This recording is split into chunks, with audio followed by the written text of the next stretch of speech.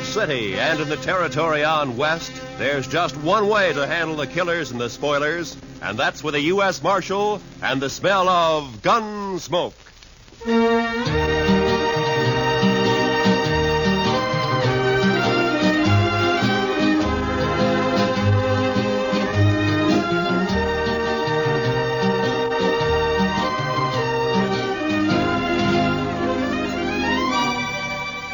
Gunsmoke, starring William Conrad. The story of the violence that moved west with young America. The story of a man who moved with it. Matt Dillon, United States Marshal.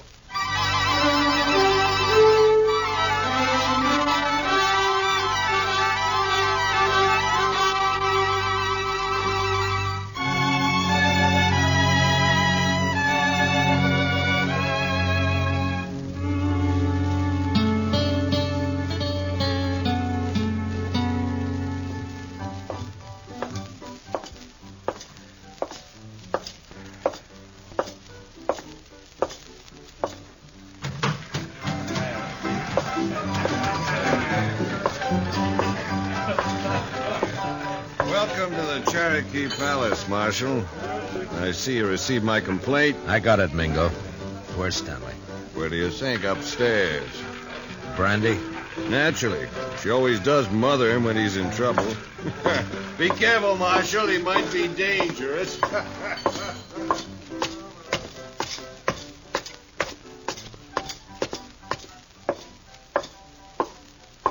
Well, Marshal, you got a sweet word for Dixie? Yeah. Move. Oh, it's not very sweet. It was to the point. Say hello to Jim for me, huh?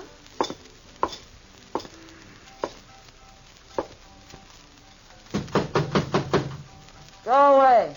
It's me, Brandy. Matt. Come in, Matt. Join me in a drink? Where is he, Brandy? In the next room. Cried himself to sleep. Save it, Brandy. I gotta take him. Oh, why, Matt? Jim Stanley never did a mean thing in his life. He's no bad man. He stole money from Mingo's roulette table, and he threw a bottle at him when he was caught. Mingo's pressing charges. Stanley can clear himself in court. Huh? Against Mingo's witnesses? Do you bring Stanley out, or do I go get him? Go get him. But I wouldn't be proud, Matt. Stick to running dance hall girls, Brandy. Let me run the law, huh?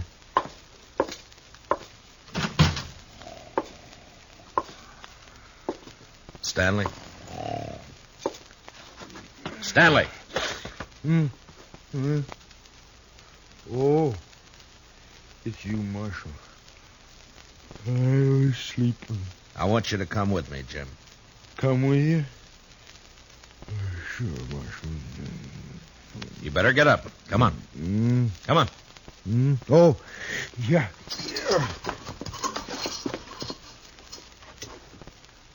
Oh, where are we going, Marshal?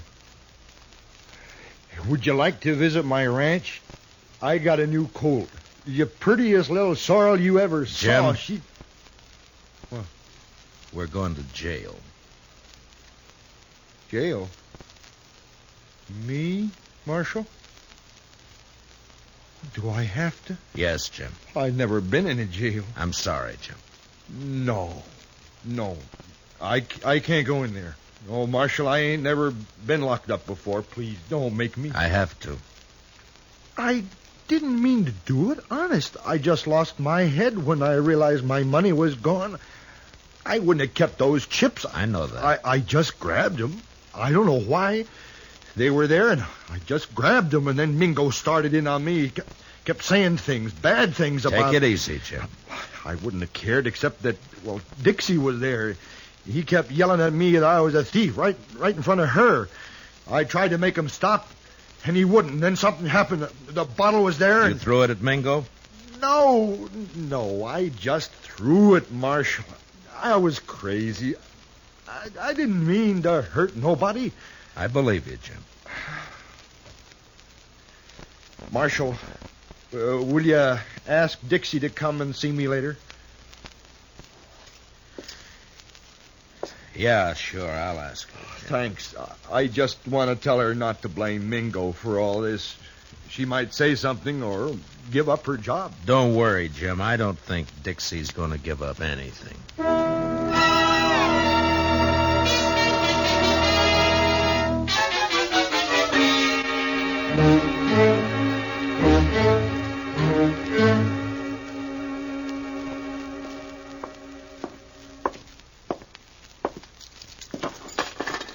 He won't eat his dinner, Mr. Dillon. He just sits there staring. Yeah, poor devil. He won't really be convicted, will he? Well, I hope not, Chester. Mingo's the one who ought to be in jail. Look, Chester, this isn't exactly my idea of justice either. A shady gambler against a simple-minded horse rancher. Hello, Marshal. Goodbye, Chester. Oh, goodbye. I'll run along. You stay put, Chester. Oh, now, Marshal, I wanted to be alone with you. I sent for you to come and visit Jim Stanley, and you better be nice to him. Most fellows are tickled pink if I like 'em. They say I'm pretty. You're pretty enough. That's better. I knew you liked me. I said you were pretty. I didn't say I liked you. Oh, now that's nasty. Would you like to hear what I really think of you? No, don't bother. I get the idea. You're Mingo's girl. When I feel like it. And why do you have to tease a man like Stanley, drive him to drinking and gambling and trouble like he's in now? He's sweet. He thinks I'm beautiful. Yeah. But even men like him wake up. Stick to Mingo.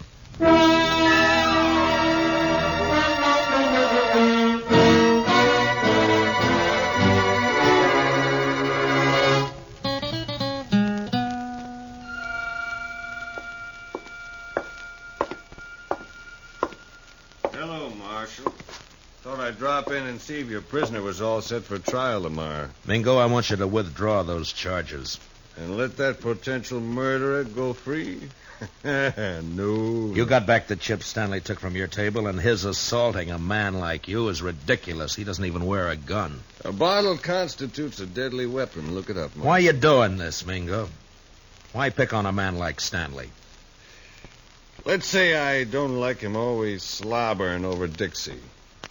She's private property. For that greedy little vixen, you'd send Stanley to prison knowing that it'll probably crack his mind completely? That's his problem. You don't understand, Mingo. I don't like to see people pushed around. Well, don't cross me, Marshal. I already have. People get dead that way. Yeah, so I've heard. Now, just who are these witnesses of yours against Stanley? Ned Cole, Saginaw Henry. Both on your payroll? Dixie. Some of the other girls. All working for you, huh? Jim Stanley's as good as convicted, Marshal. There's not a thing you can do about it.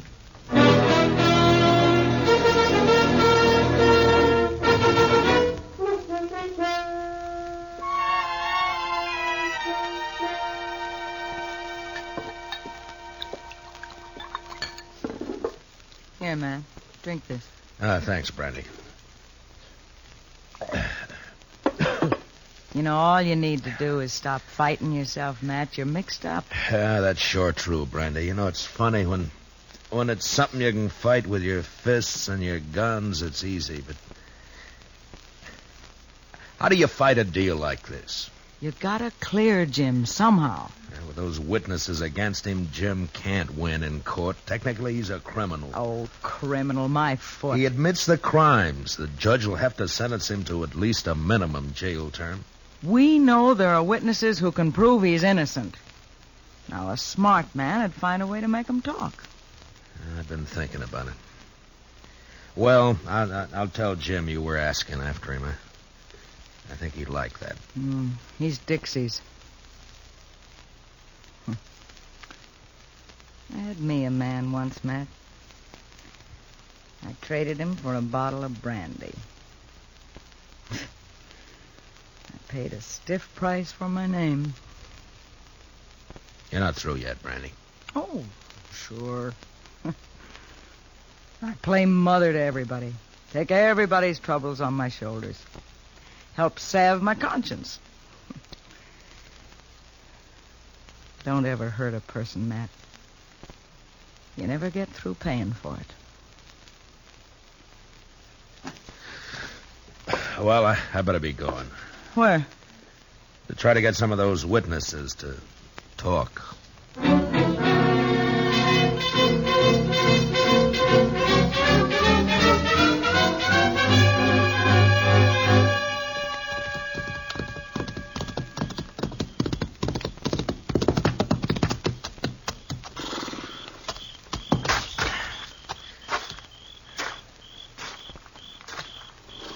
Hello, Saginaw. Huh?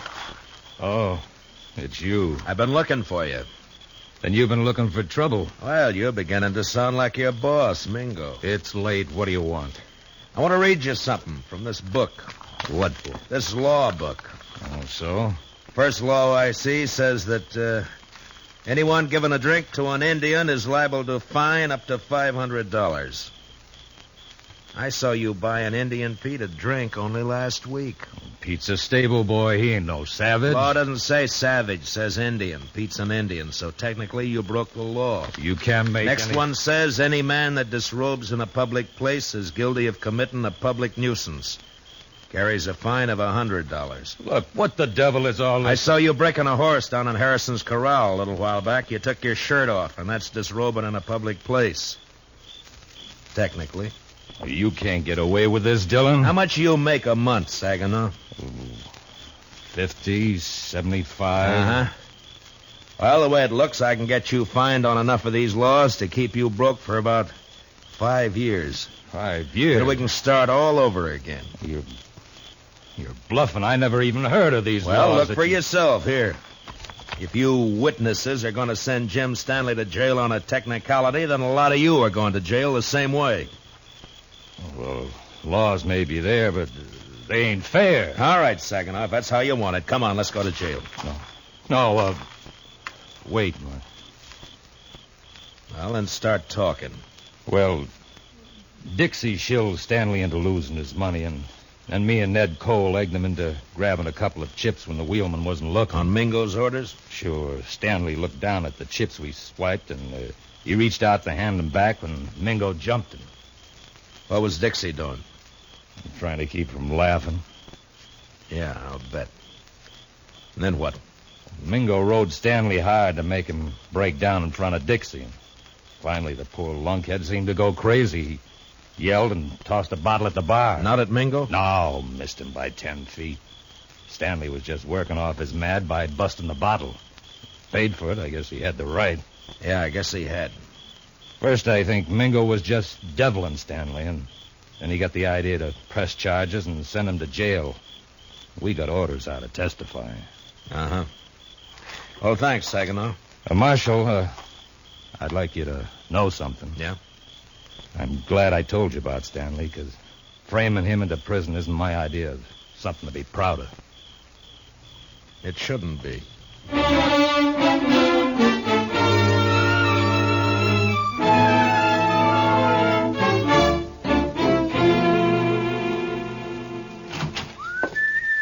Ah, good evening, Chester.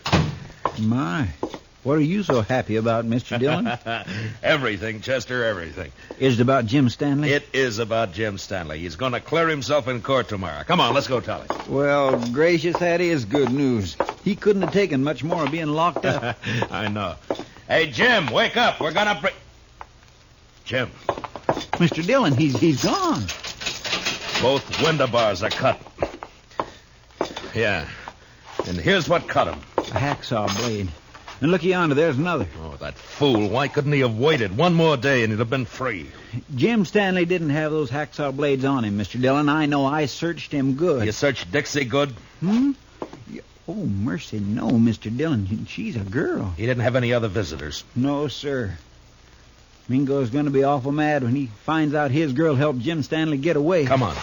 You going to arrest Dixie, Mr. Dillon? I don't know, Chester. First, I gotta find her.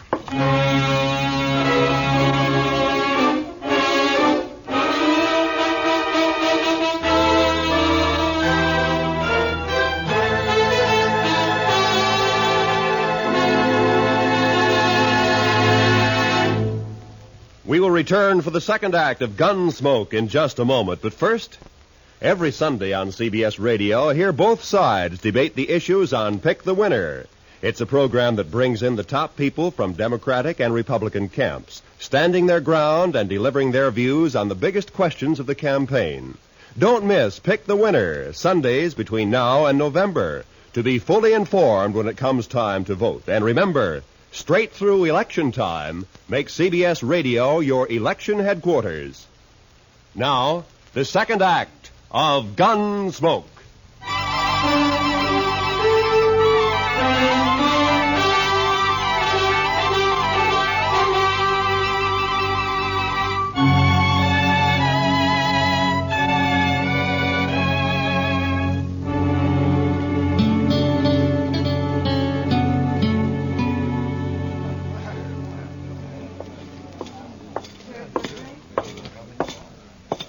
Kind of late, aren't you, Marshal? Where's Dixie, Mingo? Dixie, she's gone. I don't know where she is. You're lying. No, I swear she disappeared hours ago. I still think you're lying. Dixie's here someplace. Nah, he's telling you the truth for once, Matt. Dixie's gone, all right. Are you sure, Brandy? Saw her right out of town. Was Stanley? Yeah, Matt. The two of them. Dixie and Stanley? Dixie passed him some saw blades. He cut his way out. That rotten double-crossing hellcat. She's your girl, Mingo. I'll be the laughingstock of Dart City. Good. I hope they laugh you clear out of Kansas. If it's the last thing I'll do, I'll find her. Both of them. Finding them is my job, Mingo. Go ahead. But you better beat me to them, or you'll be arresting them dead.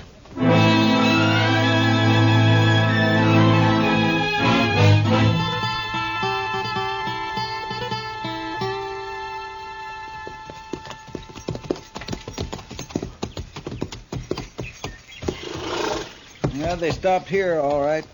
Probably changed horses and got some supplies. That wasn't why Stanley came home. Look, Chester. What? Water in the stock trough is right up to the top. And the barn's open.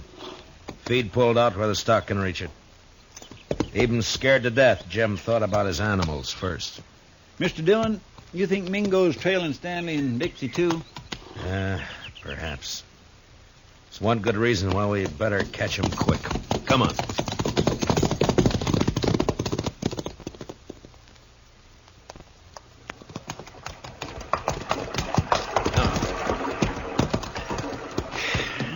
Still no sign. Looks like we've lost them for good now. What do we do, go back, Mr. Dillon? We can't let Mingo find them. Sure, but the way they've been zigzagging back and forth for the last 4 days, we don't have a chance in 1,000. I'm not so sure, Chester. Hmm? You know, there's a certain pattern about the way Stanley and Dixie have been moving. I don't think they're trying to leave this section at all. Yeah, we have been getting closer and closer to Dodge with every circle lately. And not only to Dodge. Mr. Dillon, you got an idea? Yeah, maybe. Come on, we'll ride back to Stanley's ranch.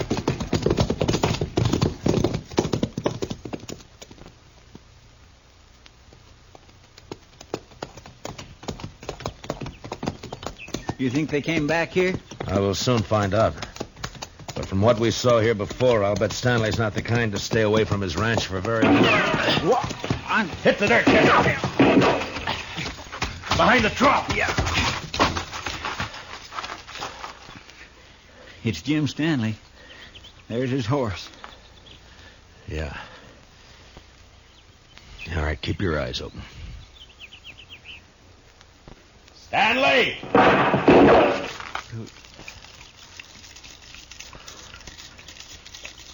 Jim, it's Matt Dillon. Let me talk to you. You go away, Marshal. I don't want to hurt you, but I ain't going back to that jail. Now, you go away now. I'll kill you. Jim, listen to me. I've got a witness. You better leave quick now. Please, Marshal. Mr. Dillon, I'm getting wet. That's better than getting shot. Keep your head down. Yes, sir. Sure is wet. Stanley's in a good position. Closest cover for us is the barn. That's across 50 yards of clearing. That's a long run. He could pick us off before we made 10 feet. Yeah. Jim, I'm not leaving until I've talked to you. Leave me alone, Marshal. Can't you leave me alone? I'm coming to talk to you, Jim. No! No, stay back! I warn you! Mr. Dillon, don't do it. That's a crazy man. That's a frightened man, Chester. I'm coming unarmed, Jim. I don't think you're a murderer, but if you are, this is your chance. Well,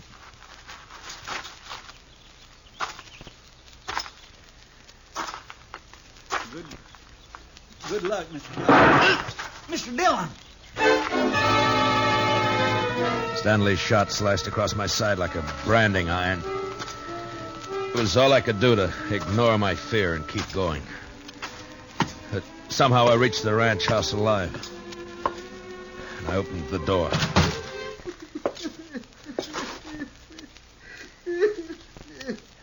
Jim Stanley stood there holding his gun and crying.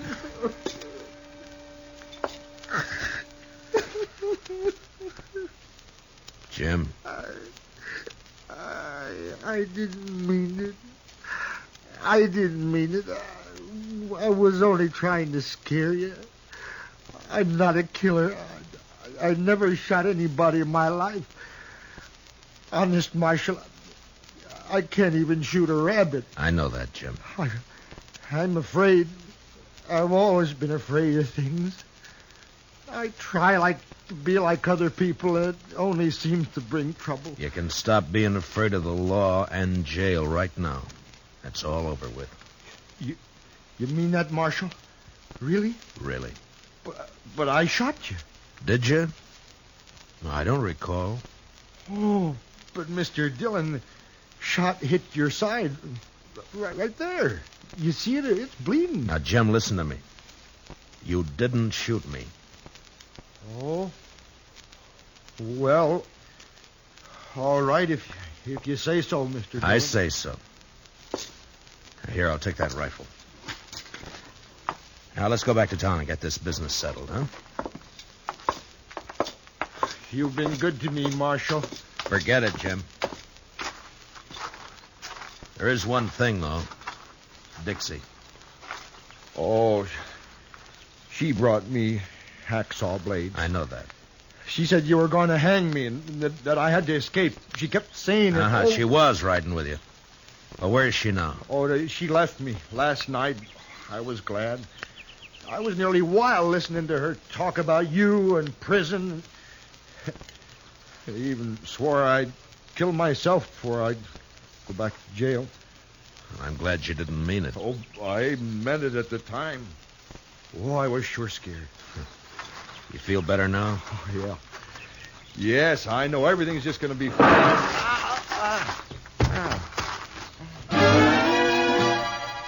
The rifle slug splashed the side of Jim's face with red, and he crumpled into the dirt. From the water trough, Chester opened up and drew the fire of whoever was hiding in the hayloft of the barn. I could see a gun barrel poking out from the side of the hayloft. And I picked up Stanley's rifle.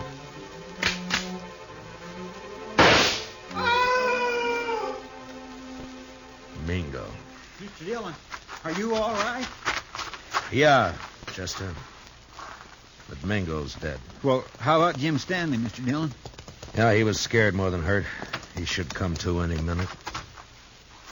Well, my goodness.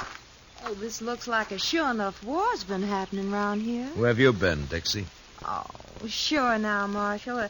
A girl's got a right to look after her investments. My Mingo and Stanley both dead. Well, now that's a real shame. Hmm? Oh, but Jim Stanley's going to Chester. You said investments. The only investment you've made is prison time for helping Jim escape. Me? Well, how you going to prove anything, Marshal? With Jim dead. But he's the Chester, why don't you go look after the horses? But Mr. Dillon... Yes, sir. It's a right good thing because I'm going to be terribly busy, you know, taking care of poor Jim's ranch and money And, of course, the funeral and everything. Why should all that concern you, Dixie? Because I'm Jim Stanley's widow.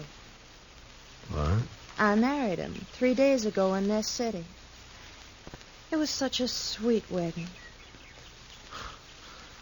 Yeah, I'm sure it was. And now all I have left are some memories. And, of course, this little old ranch and Jim's money. Dixie, there's something you should know. Hmm? You also got a husband. Have you heard enough, Jim? Enough. Jim! When I saw you fall... You're sure bad, Dixie? Oh, Jim, you mustn't pay no mind to what I said. I was upset. Didn't I come back just to be with you? No good, Dixie. Jim's onto you now. Jim, are you going to let him talk to me like that? He's my friend. And I don't like you now, Dixie. Oh, it's too bad. I'm still your wife. Marshal, can she make that stick? Well, by law, you have to support her, Jim. Of course, it don't say how. Marshal, you stop putting ideas And, of course, she has to take care of your house for you, Jim. Clean it, do the chores, cook for you. Cook? Me? Cook for him? He can make you, Dixie. It's his right. All right or not, I'd like to see him try. He can do it, Dixie. Yeah? Well, they can't if I'm not here. And I'm leaving right now.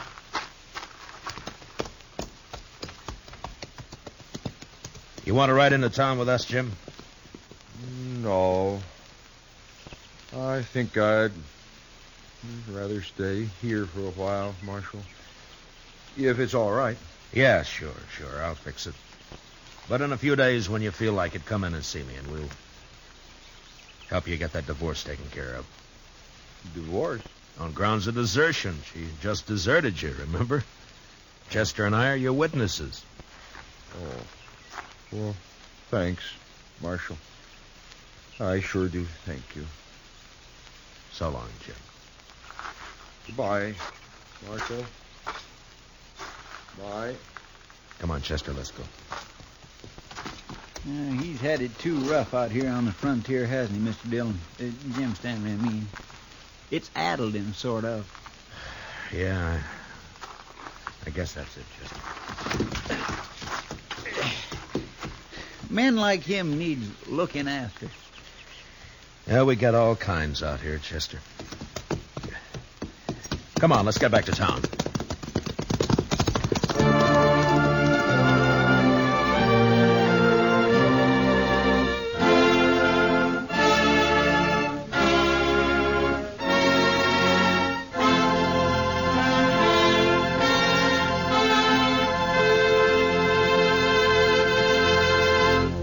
Gunsmoke, under the direction of Norman MacDonald, stars William Conrad as Matt Dillon, U.S. Marshal. Tonight's story was specially written for Gunsmoke by Herb Purdom, with music composed and conducted by Rex Corey. Featured in the cast were John Daner and Michael Ann Barrett, with Paul Dubov, Vivi Janis, and Bill Lally. Parley Bear is Chester. Join us again next week as Matt Dillon, U.S. Marshal, fights to bring law and order out of the wild violence of the West in Gunsmoke. Tomorrow's speakers on Pick the Winner, representing both the major parties, will be Harold Stassen, Republican, and George Ball, Democrat. Listen for this important program, Pick the Winner, tomorrow and every Sunday from now to November. This is Roy Rowan speaking, and this is the CBS Radio Network.